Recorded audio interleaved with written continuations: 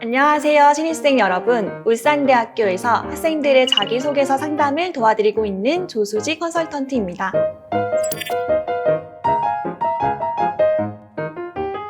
최근에는 신입생분들이 대학교 입학과 동시에 부지런히 취업 준비를 시작하시는 경우가 많은데요. 안 그래도 대학교가 처음인데 취업까지 동시에 생각하려니 머릿속이 많이 복잡하실 거예요. 그래서 오늘은 익명의 제보자들이 보내온 떨어진 자기소개서 사례를 뜯어보면서 여러분들이 숙지하고 계셔야 할 유의사항에 대해 알려드리겠습니다. 우선 자기소개서를 쓰기 위해서 여러분들이 알아두셔야 할 기본적인 사항들을 알려드리겠습니다. 첫 번째, 지원할 기업과 직무에 대해 명확히 파악하세요. 기업은 지원자의 직무 적합도와 조직 적합도를 판단하기 위해 자기소개서를 요구합니다. 조직 적합도를 판단할 때에는 그 기업의 CEO가 어떤 사람인지, 인재상은 무엇인지, 조직 문화는 어떠한지를 알아보세요.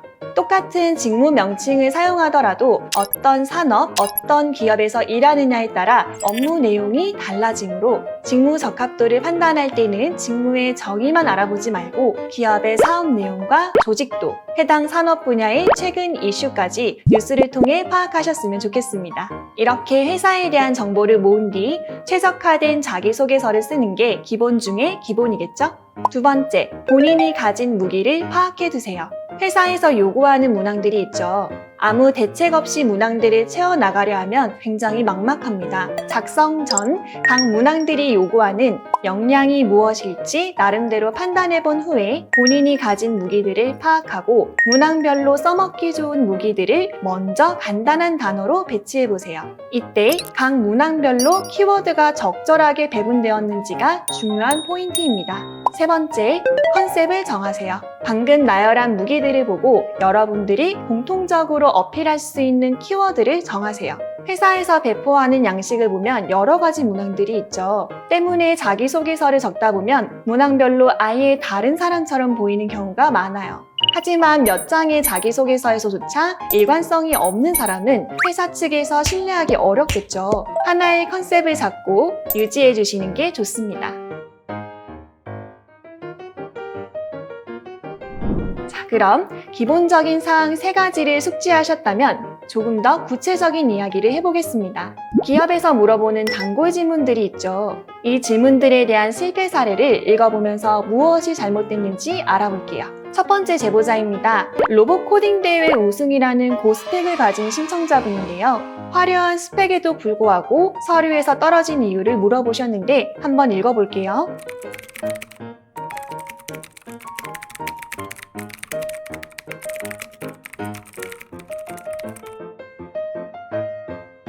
아주 좋은 경험임에도 불구하고 눈에 잘 띄지 않죠. 사실 기업은 우리가 쓴 자소서를 꼼꼼하게 읽어볼 수가 없어요. 그래서 전체 내용 중 강조할 단어나 문장을 반드시 첫 문단에 잘 정리해 주어야 합니다.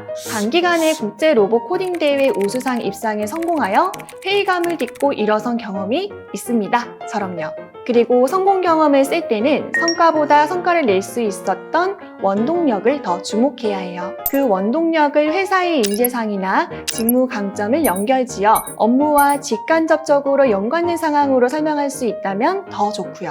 성공 경험의 키워드는 도전, 창의, 팀워크, 열정 등으로 설명할 수 있는데 이 사례는 그 중에서도 도전이나 열정과 연관지어 볼 수 있습니다. 도전 정신이 키워드라면 객관적으로 높은 수준의 목표를 잡거나 주관적으로 그 목표가 달성하기 어려운 이유가 먼저 설명되어야 하고 열정이 키워드라면 목표 달성의 당위성을 설명하고 그걸 구체화할 수 있어야 해요.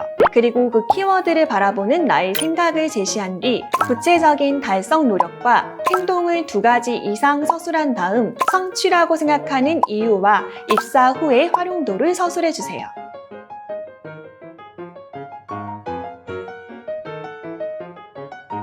두 번째 제보자입니다. 교내 신문 동아리 회장을 하던 학생인데요. 왜 떨어졌을까요? 한번 읽어볼게요.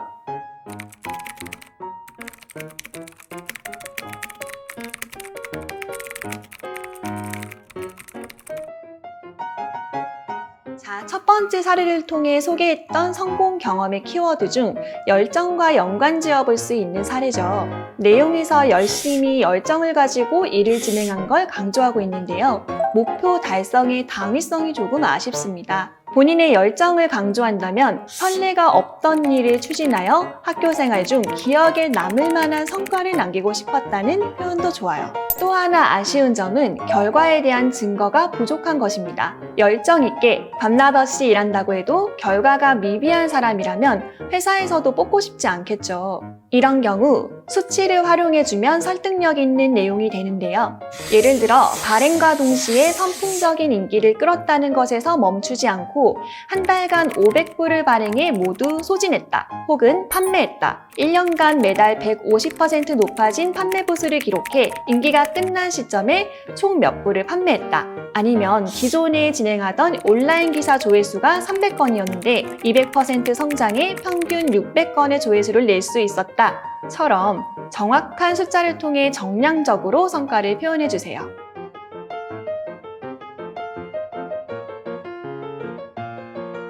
세 번째 제보자입니다. 성장 과정 질문을 도대체 어떻게 적어야 되는지 모르겠다고 질문하셨어요. 한번 확인해 볼게요.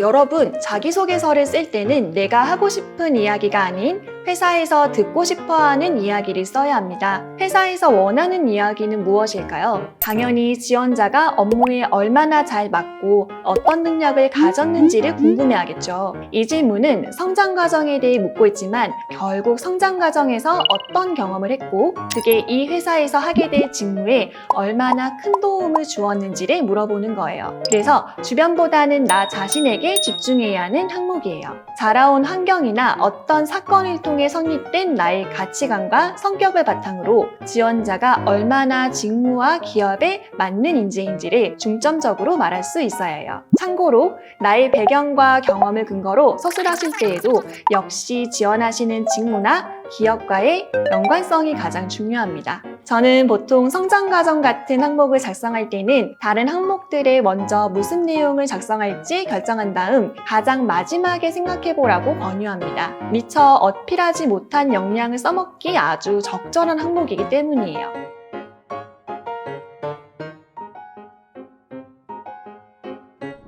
네, 그럼 여기까지 학생분들이 가장 많이 질문하시는 자기소개서 작성 기초에 대해 사례를 통해 알아보았는데요. 자기소개서는 어디까지나 면접을 대비하기 위한 절차라는 점 잊지 마세요.